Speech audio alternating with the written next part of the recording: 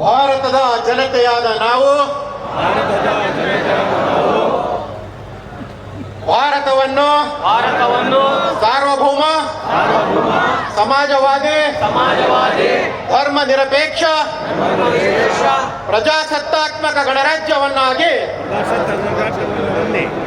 ರೂಪಿಸುವುದಕ್ಕಾಗಿ ಭಾರತದ ಎಲ್ಲ ಪ್ರಜೆಗಳಿಗೆ ಸಾಮಾಜಿಕ ಆರ್ಥಿಕ ಮತ್ತು ರಾಜಕೀಯ ನ್ಯಾಯವನ್ನು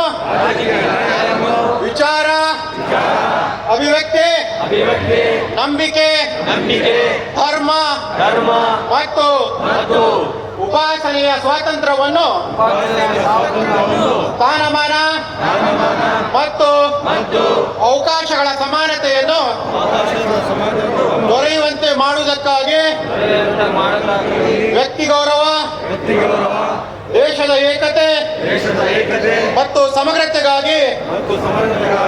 ಎಲ್ಲರಲ್ಲಿ ಭ್ರಾತೃತ್ವ ಭಾವನೆಯನ್ನು ಮೂಡಿಸುವುದಕ್ಕೆ ದೃಢ ಸಂಕಲ್ಪ ಮಾಡಿ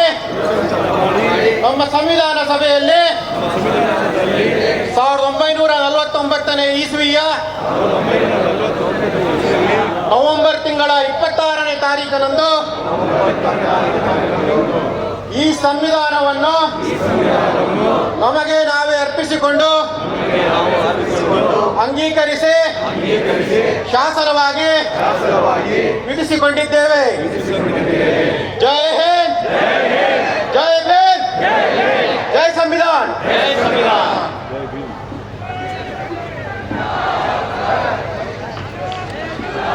ಎಲ್ಲರೂ ಸ್ನೇಹಿತರು